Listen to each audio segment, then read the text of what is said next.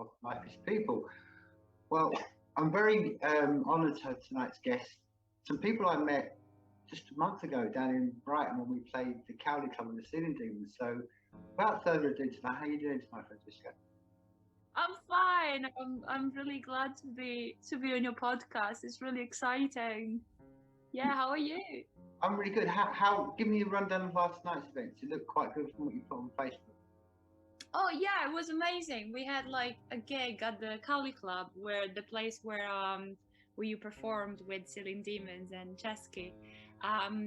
We had like an acoustic show, but it was like quite varied. There was this woman called Miffy Englefield, and then there was Tim Loud, and Boom Boom Raccoon. It was really lovely. Everybody had a lovely time. And, it's just nice. So, let's start from the very beginning. Where did your connections with the Cowley Club start? So basically, I perform as an acoustic act, and I go by Nana in the acoustic act, and I basically used to tour all around Europe, and I was always on the road. And when I did my first UK tour, I basically played the Cowley Club, and that's when I got to know the club, and I loved it. And then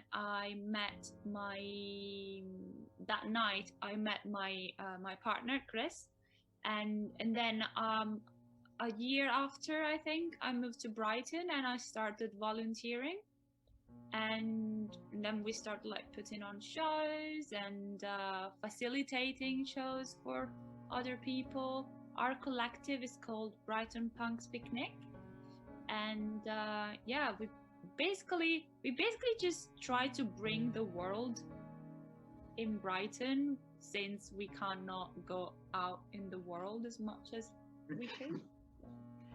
Yeah. So I'm fascinated. So, you said you played acoustic. What kind of instrument were you playing? Like acoustic punk, folky, just punk songs with an acoustic guitar, a bit folky but not too much. And yeah, it used to be just me, my guitar, my backpack. I was just touring Europe with no car, just so on coaches, and yeah, nothing fancy, just rough vocals and guitar. So okay, this leads to the sort of second part of that question. Where did the intersection between anarchy and playing music, where did that start? Oh, I think it started from when I was 18. So it started with how I got into punk. Like, I think in the UK the punk scene is a bit difficult, but it's a bit different. Not difficult, it's a bit different, because in Italy, if you go to a punk show, most of the time it's going to be in a squat. So there's that connection. Hi, Chris. There's that connection to anarchism and punk music, and so it became kind of natural. I'm that person who's like bullied in school and is a bit of an outcast, and therefore, yeah, of course I belong amongst these people who are a weird collection of human beings. And then I started learning about anarchism, about when you feel like you don't fit in society, and that means that actually it's not you that is wrong, it's society that is very wrong. And from there I kind of went on and passed on animal rights and all other declination of capitalism critique and anarchism. Fascinating, because I have to hear your thoughts, because I've always considered that places like like you said, Italy and stuff, because they've had so much of a relationship between fascism, totalitarianism, military. They've had a lot of that in the general political thing. I think it becomes more visceral for people who grow up there. I'll give you an example. I lived in Argentina for a while, so they had more of an awareness because they'd swung between the junta to fascist. They've been all over the place, authoritarian. So they had more of an understanding of what freedom and anarchy meant. Versus, I think, in this country, particularly in Great Britain, we've had it. I've always described people are fat, lazy cows, and they've just been fed so much for so long. They've forgotten really the realities of how close we all are to, human beings being piled up on battlefields, which is more visceral to people in Italy because they've seen it more recently. Yeah, no, I think you're absolutely right. And to a certain extent, there's a lot of there's the myth of it's not a myth, but like many people admire the partisans and the resistance during World War. So there is a lot of kind of like try to keep that memory alive, and most of the time you get actually, yeah, for instance, maybe my first encounter with anti-fascism was in school when they were talking about the partisan resistance, and you kind of start getting an idea and understand how amazing, like, what these people do, what these people did was. And probably the same goes for Spain. Well, I mean, they had even a more anarchist contribution to their civil war. So I don't know if it's connected to that. Probably, definitely, but yeah, I think, yeah, you're probably right. I think like the fact that the squat culture is a bit more alive in Italy and other countries, because there is that realization that spaces like that for the community are really vital, and it's important those spaces exist out of a capitalistic mindset. Yeah, I think it's fascinating that, and I'll tell you your thought. People associate anarchy in Great Britain with basically the Sex Pistols, and they just think it's that. Whereas, so when someone asks you, what does anarchy mean to you, what would be your reply? Oh God, that's really difficult.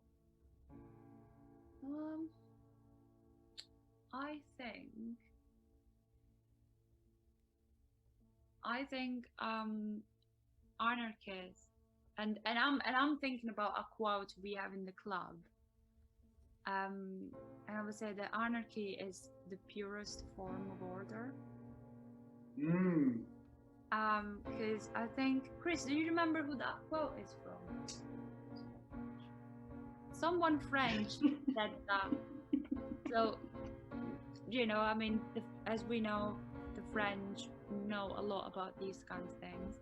And I think it's right, because everybody says, oh yeah, definitely, oh, you're anarchist, so everybody can do whatever they want. And actually, I think that's exactly the opposite. So for me, being an anarchist means, doing what I want, but keeping in mind that my action will be affecting other people that have less privileges, and other people that might be interested in other things than I am. It's just thinking about not just yourself, but about the community you're in. Yeah, I mean, I've always, when I'm asked that question, I tend to put it into as pithy a statement as I can when I say anarchy to me starts from no one has the right to speak from me, and everything else is just we're building from that very starting point. And secondly, really, when people say, "Oh yeah, but you know it can never work," I think, well, anarchy is a relationship. We're having right now an anarchist relationship. There's no dictates between us. There's no rules. We're having a voluntary conversation, like in the Cowley Club. It's all voluntary. To me, that's anarchy. And with what you said, because the next step up from that is understanding. We can all understand we are surrounded by other human beings, and we should have that compassion. Yeah, I think compassion is also another thing that I think nowadays it's been forgotten a bit, but it's something really, really important, and at the same time really difficult, because again, we're all human beings. So some of us are compassionate and some of us aren't. Sometimes we can be compassionate, other times if we're hurt and we can't be compassionate. And again, it is about creating structures and processes for, you know, in order for make people able to express their emotions, but at the same time to make other people safe from other people expressing their emotions. Like, in a way, it's and that's why, again, I think that rules and or frames where people can operate in are really vital in an anarchist scenario, because you know, we need a common frame of reference. Otherwise, everybody's gonna like clash heads with each other. Oh, 100%. I mean, for example, if I came to your house right now and you said, well, actually, I prefer you not to wear shoes in my house because I don't want mud being. That's an agreement I enter upon when I enter your where you are, and that's how it should be, because that's, like I say, it's anarchy is a relationship, not a structured set of rules given to other people can speak on behalf of you or me. It should be voluntary. That's in the heart of it. It is voluntary. Yeah, no, absolutely. And I mean, it's got, obviously, it's really difficult, definitely. Anarchism, no, it's not taking the easy way out. It's about taking the very hard way out, but in a way it's the only way out, I think. So kind of what you gotta do. And I think, like, maybe Chris can give you like more of a perspective from the English side, because sometimes I am a bit I'm new to all this. Like, I'm new to Brighton, and I have experience, but in Italy and in Europe, and sometimes what I see is like differences between Italy and England. And for instance, I much prefer the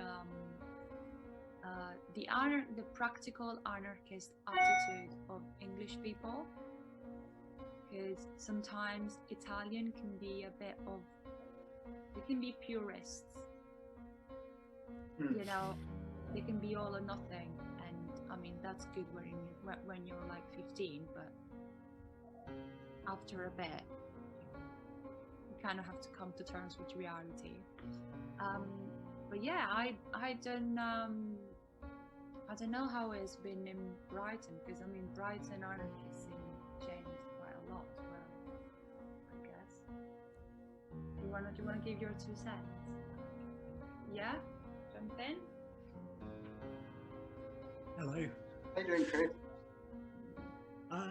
Yeah, in Brighton, obviously historically, there's, you know, Peter Kropotkin lived here for quite a while in exile. But there was also quite a long history of anarchist organising. It's a city that had that reputation. Something that has been kind of detrimental is the sort of modern wave of the student population, there's not that energy and militancy there outside of their student bubble. At least that's my perspective. I've got to be wrong about that. So there's always been a lot of stuff going on here. Same in a lot of pockets around the UK, like Bristol is another example. Historically, there has been a very strong anarchist movement for a long time.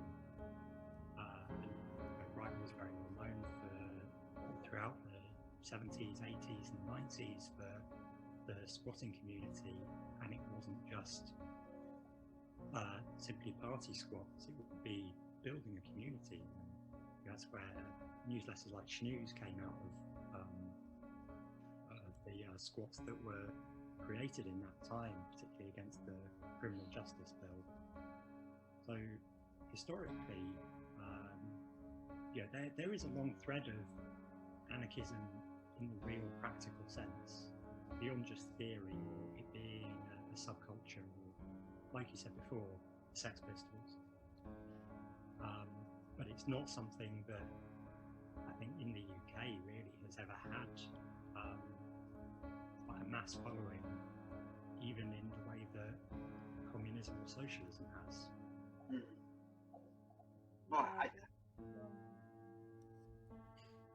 Well, that relates to, I mean, like I said, when I went to the Cowley Club and I was looking at your bookshelf and thinking, you know, a lot of connections with AK Press. Now, when I got into AK Press, it was back in the day when you got a book, you had to get it was all done by postal checks and postal stuff like that.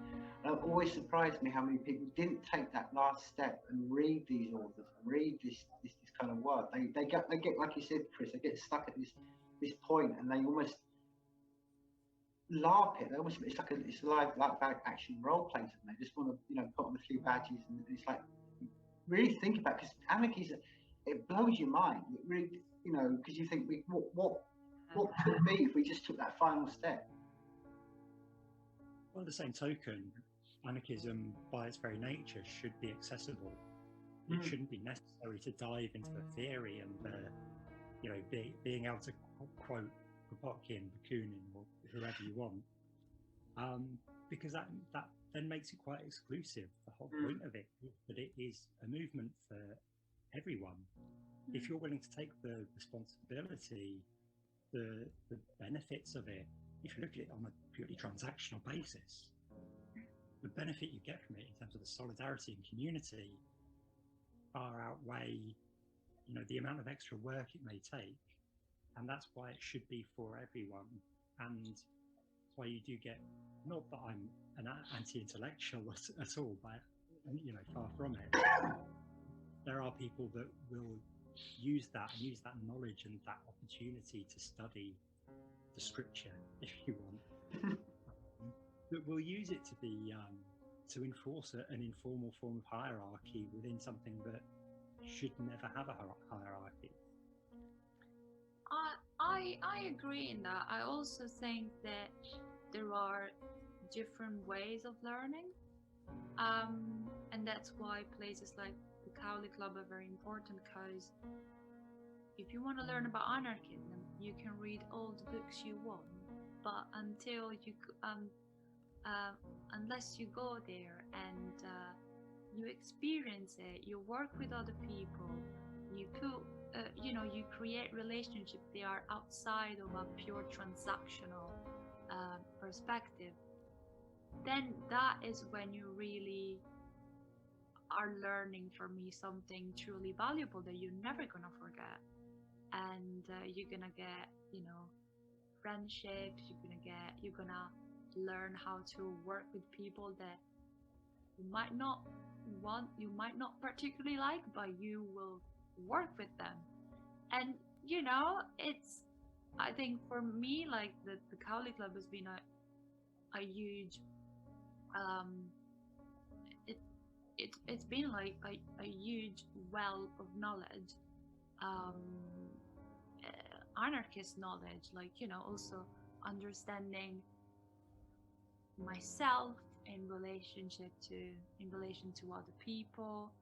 And true, I mean, obviously not just the Cowley Club, like any any space like social center, anarchist, social center, it's got that potential, and that makes it accessible. Like, I think we can be a bit intimidating, as, but deep down we're softies. No, and I think it relates to what I was trying to say to you earlier on a very sort of wide, general sort of thing. Anarchy is just a relationship. I mean, I think that's what people forget, that most people in life, most of the time, are having where there's a, a monopoly of power involved. We all meet and meet people every day. That's why I don't get black-pilled or depressed about the world, because I think there's a lot of negativity poured towards the world. When you actually look around, most people get on with most people. Most people, if they saw someone fallen over in the street and was head bleeding, they would rush over to help them. We've seen this when people rush to go and help people in situations. I genuinely, I don't know how yours got this, but I have a lot of hope for humanity. I mean, it's easy to sort of fall down, particularly like you said, Chris, when you get into theory, and people can get really negative about the human being itself. And I don't feel that way. I feel we're a very special things. We have this ability. And I don't know how you feel about that, but I don't get depressed. I get more positive as I get older. You live in Scotland, though. Joking. The majority of human interactions, wherever you are, whatever your culture, are based on the concept of anarchy. Whether it's, when you go and see your friends at the pub, there's not someone that's in charge of deciding what people get to drink, or maybe when you arrive, but not when you leave. And the example you mentioned of, if someone on the street is in need, at least I would hope the majority of people would step in and help, and that's not because it's under the threat of a penalty for not assisting. Like the idea of these, like in some states in America, there's Good Samaritan laws. Like that's something that shouldn't be necessary. And it's just a sad state of affairs when a law like that is necessary for people to help each other and look out for each other. And the fact is, if you're on the street and you see someone hurt, that's someone that's part of your community, whether you like them or not, whether you know them or not, whether they're part of your clique or subculture or identity. If someone is in need, they deserve help, and that's all it comes down to, really. Yeah. I mean, like you say, the world's got many, many people in it, but generally we're social animals, or we're social things, I'm dwelling on this because I'm sure you come across a lot of people, and the minute you say, "Oh, I'm an anarchist," they think, "Oh, you're out there, you're burning, you're destroying," and it's like I try to live the life rather than just trying to get into, like you said, Chris, into deep theological discussions, for want of a better word, about the scriptures of anarchy, because I think the life you live is far more of an example of what we both maybe agree on than anything that's been, like I say, given to us. The reason most people are generally have negative viewpoints of even just a word is because of we're talking 100+ years of just negative press, negative. It's always just had that negative. You're not going to see a positive story about an anarchist thing, but you'll see, something that's got nothing related to it is immediately said, "Oh, that's an anarchist." It's like, well, that's got nothing to do with me. I'm not the one that's burning down and destroying and hurting people. And the reality of it is, a lot of it is quite boring. It's not sexual. It doesn't grab a headline. Yeah. A tabloid talking about, there are 100 Black Bloc protesters that smashed the front of Starbucks. That's much more exciting than 5 people stood in a park and gave out a free stew on a November evening. Yeah.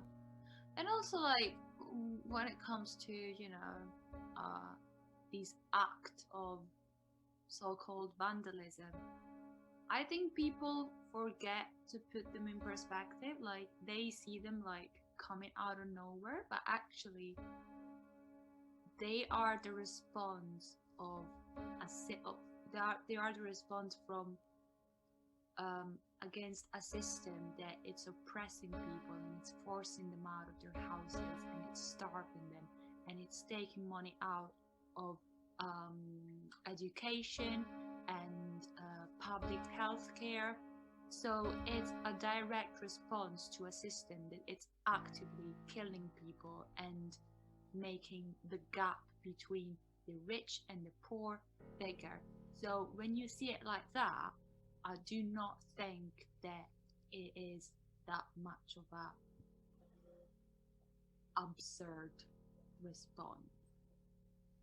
No, I think no. I mean, I sort of takes it back to sort of to music and the Cowley Club and stuff like that. But what we've lived through for the last 2 years, without getting into debate with the rights and wrongs of it, but we've seen the state gain so much monopoly over our lives. When we can leave the house, what time, who we can meet, how far we can we touch another human being. These are things that we talk.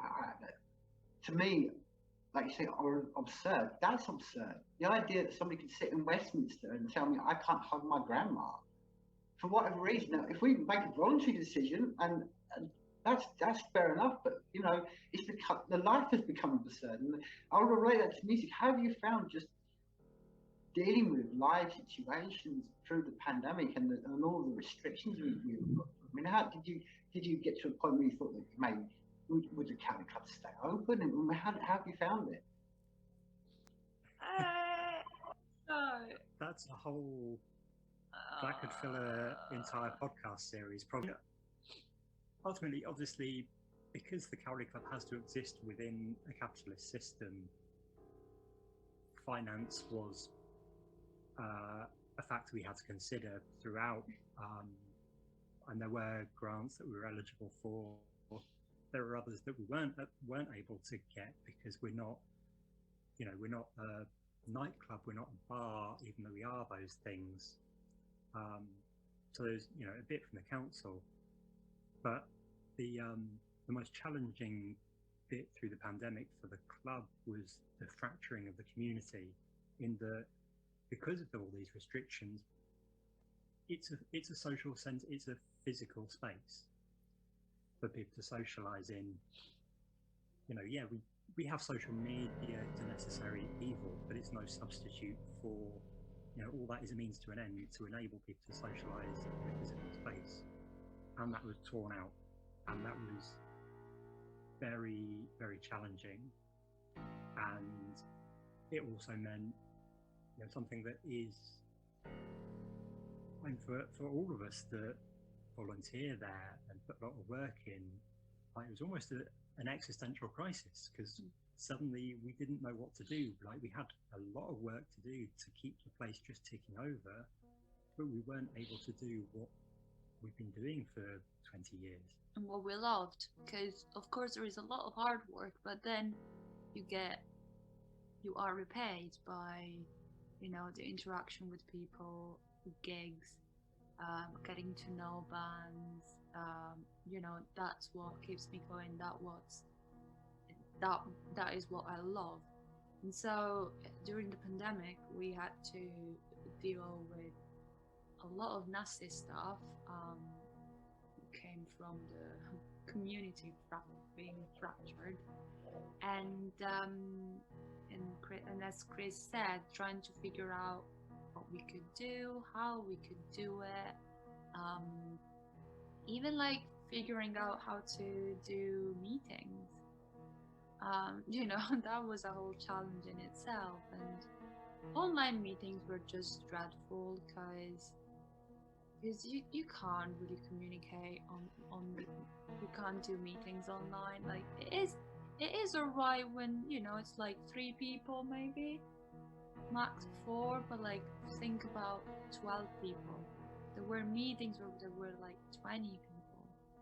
I mean, it was just madness, and you were just frustrated because you couldn't say what you wanted.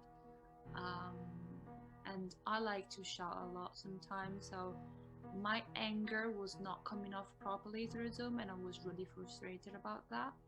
I just wanted to shout in people's face, and I couldn't do that. that was really that was quite challenging for me. I think I've shouted a lot in Chris's faces as a proxy. Yeah. Throughout it all, though, we were able to keep the food bank running, which became more and more important, and still is. And every week, without fail, that was open, including doing deliveries to people as well. Yeah. I'm not personally involved with it, beyond helping out here and there. So I've got so much respect for the volunteers who, while everything was going on and everyone's life was kind of in disarray to one degree or another, every week they were there, and it was so vital, and they kept at it, which is incredible. And that was sort of one of the motivations actually for us to keep at it. And the reason we have to make this space work, we have to get through this, is because if we can't do punk gigs, we can find another way. We can go somewhere else. There's another bar. There's other places we can get anarchist literature. But that food bank was, there was no way that we could let that fail. Especially because we were kind of like, the world is just gonna go, just gonna go downhill from here, or uphill. Well, it's just gonna get worse from here. It's just, we can't, these people are relying on food. We can't let them down. And this was also when the whole shit deal with the school meals happens. And excuse me. Fortunately, we had some good contacts in the food bank, so the food bank also managed to provide school meals for kids that otherwise would have had to go without because they couldn't afford it. So that was amazing, and they did such a great job. And one thing that I love about them is they just keep going. They don't give a shit about, they don't go around parading themselves and saying, oh yeah, we've done such an amazing job. They just crack on and they just do stuff, and they're one of the most successful projects of the club. Something that the food bank did last Christmas as well was providing Christmas stockings to parents, and it kind of ties back to sort of the autonomy within anarchism, in that it wasn't just providing a box with pre-wrapped presents. There was stuff provided, but also the parents or caregivers or whoever were given wrapping paper and sellotape and scissors to be able to, because that ritual and that autonomy, to be able to have that control over your life is so vital. And I don't know if they're doing it this year, but that was just, that perspective could only ever come from people having lived experience of being anarchists. I think it relates back to kind of maybe a theme of this conversation, that is that sometimes it's the small acts that can mean so much. But like you say, people don't see it. You're not making a big show and don't. I often say to people, when they get depressed about life, I'm saying, well, the next person has got a birthday, go out and take them for a meal. That's not publicised. It's not a big thing, but your change, they'll always remember that, and it adds, again, for want of a better word, positivity or love into the world, which isn't, you don't do acts of love or positivity or compassion for wanting to be known about it and have a big trumpet fanfare about it. It's the small things, but it's the small things that make so much of a difference in this thing we call life. Yeah, there. I know. Remember that you said that you lived in quite a small village.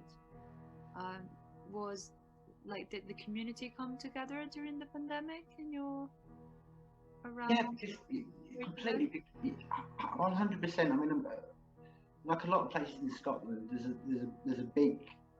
You tend to have the demographics generally. There's a lot of kids, but once they get to university age, they all leave because for various reasons. And then you're left with this gap. And then there's a lot of old people. So obviously I was surrounded by a lot of old people, and it was something every day. I mean, it heartened me that people were making sure that everyone on the street was looked after. Everybody, and I thought, this is it. This is anarchy in action, and they probably don't even know the word. Yeah. But it's what I'm saying. That's why I think us as human beings, and I always try to relay this because we're pumped with so much negativity, so much division in this world, and I think it's good for us at times to remember that as much as we fed all this, it's not like that. You look out, you see old Bill Hicks joke. You look outside and the wind, the birds are chirping, the rain will come, the sun will come. Life will just go on. But we've fed so much division and negativity, which is not really cohesive to life. That's why they try to pump, because they want to divide us all and put us in fear. And I always thought that love conquers fear.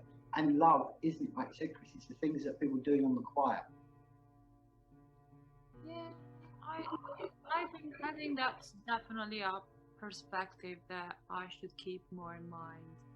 Like, because yeah, you're right. Like, if we keep focusing on the negative side of things, we're just gonna become overwhelmed and like not do anything. But if we look at things that are going right, and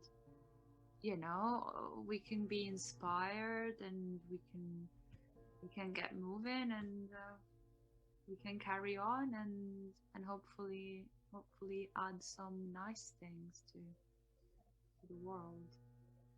I mean, this is another conversation, and I think maybe we have to come back to this at some point. But we did briefly discuss, and I said that's why I have a lot of. When I first heard about it maybe 10 years ago, about the blockchain and technology, and I'm don't get me wrong, I've got a lot of negative thoughts about technology and where it's leading us now. But generally, the one thing that's really given me hope in the last 20 years of my life was when I read the white paper behind blockchain. And that idea that you can literally take control of the one thing that they've got monopolized over is more than anything else, which is banks and money. And that idea of being able to produce things on a decentralized form has so much potential to transform the world around us. It's another conversation, and I remember talking to you and saying, I'd love to come down and actually do a presentation on not Bitcoin, not Ethereum, not any of that, but just the decentralized nature of what the blockchain is, because it's more than money. It's a way of us breaking free from the stranglehold of banks and how they can just do it. They can print money at any cost and deflate, and that's monopoly. And it's a longer conversation. I'd like to get you back on, at some point and have a discussion about it. So before we just do wrap this up, there's a couple of things I really want to talk to you about. What's your have you got anything? Obviously now we're, like we just saying in that conversation, we're not in this restricted sort of sense of like, what's your plans for the Cowley Club for like the next sort of 6 months? You got anything big coming up? Yeah. We've got quite a lot coming up, really. Yeah, and I mean, just to clarify, like we do not speak for the Cowley Club. Like, obviously the Cowley Club is is not just us. Like it's all the volunteers. So, the Cowley Club is always like doing things, and I think we can say what we're gonna have with Brighton Punx picnic, which is the collective we organize gigs with, and we have like some exciting things coming up.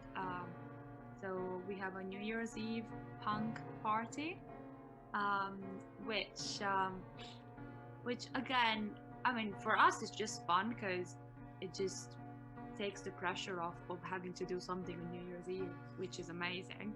But also it's like a nice party, friendly, with some punk bands playing, and it's like just for a $5, and there's not gonna be any place in Brighton that you can go on New Year's Eve just for a $5. Like, probably gonna be all quite expensive, and at least you can go there.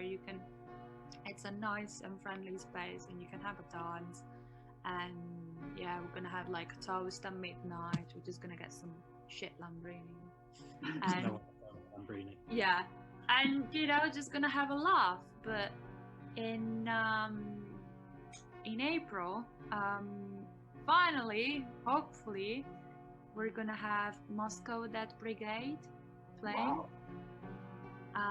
It was amazing landing ourselves with this show, and we should really thank Alec from last Last Gang in Town. They're from Cambridge or Oxford?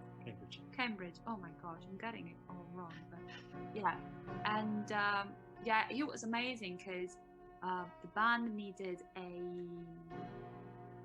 show in between towns, and he just thought of us and was like, well, that would be an amazing fit. So he got in touch, and we sorted it out with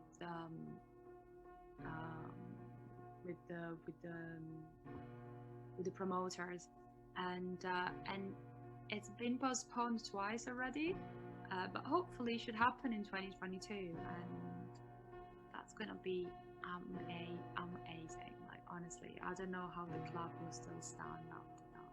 It'll be almost 2 years to the day since it was supposed to happen in the first place. So everyone that bought tickets has been incredibly patient so far. Yeah. And then what else can we say the other thing we've got? Brighton Punx Picnic, which is a 3-day punk festival. Like, again, not for profit. Any surplus money goes to the Hunt Saboteurs and Brighton Anarchist Black Cross. It's a prisoner support group. Yeah, so it's going to be, well, 2 days and a warm-up party. Yeah. All day long. We managed to do it again in 2021 against all odds. Yeah, the original weekend we had booked for it, where we postponed it a bit. The original weekend we had booked, we wouldn't have been able to do it, so we were quite lucky with the timing. And it was, again, it wasn't about the music, it was about community. You know, people from bands and people from all across the country coming together. Hanging out, getting to know each other. I think I was talking to the singer from Cop, which is an hardcore band from Bristol, and I think probably he gave me the best compliment ever, because he said, I feel like I'm in a squat in Germany. Like, I just want to cry now. And you know, it was amazing because they were like the same people. You know, you would get to know people during the weekend, and the bar staff, it was obviously all volunteers, so there was this informal, you know, relationship between bar staff and people that, you know, they all got to know each other, and people just having a lovely time, like hanging out, making new friends. And I remember I was speaking to a few people at the end of towards the end of the festival on the Sunday, and they were like, honestly, it's amazing, like I feel a bit less alone after this. And obviously it was a particularly emotional edition because it was after the pandemic and stuff, but honestly there was such a lovely atmosphere, and yeah, it was great. Yeah, and again, it takes us back to what we were saying about, you know, the relationships between people. It was on an organic, anarchist basis. There was no hierarchy. There was no, you know, bands having a backstage area or anything like that. And like you say about the people that were serving on the bar, all of us were there because we wanted to be there for the show. And, you know, when people had a break from serving, would be there watching the band or hanging out in the garden, chatting to people. There was, not that division as you would have in a conventional venue. 100%. So we're hoping to do that next July. Yep. And then we have also another amazing show planned in April, but we can say what band is playing. Well, I mean, the other way is like, hopefully next year, again, I don't speak for them, but it'd be lovely to go back down with the scene things. We had and honestly, I can't speak for anyone else, I can only speak for myself, but the hospitality shown, the night itself, it was a truly good, magical way to start our tour, and it was a great night. It was a fantastic night. I mean, it was a long night. Sorry about that. No, it wasn't you. It was just that's what I'm saying. It was just I was, like I said to you before, because I had family and stuff, and I'd heard about the club itself and stuff. But honestly, it was such a beautiful experience. It's such a great night, and I know again, I can't speak for them, but I know they loved it, and it was great. It was like you just said, Chris. It was a perfect example of there was an American guy. There were some guys from the north of England, we're all there in this one place in Brighton, having this experience of this thing we call life, and it was that's what the very essence of what the thing of this conversation has been about. The relationship. It was a great night had by all, I think. Yeah, well, I was kind of buzzing for a few days afterwards. It was great. Yeah, it was amazing, and we definitely need to have you back.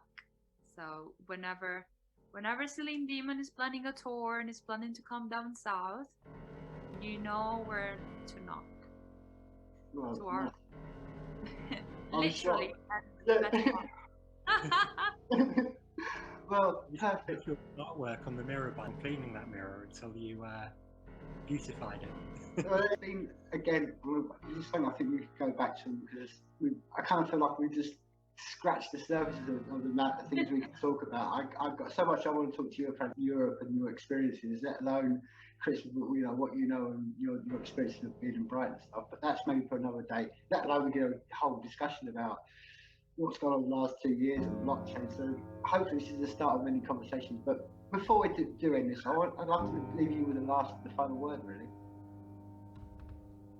What? The final word. Yes, go on.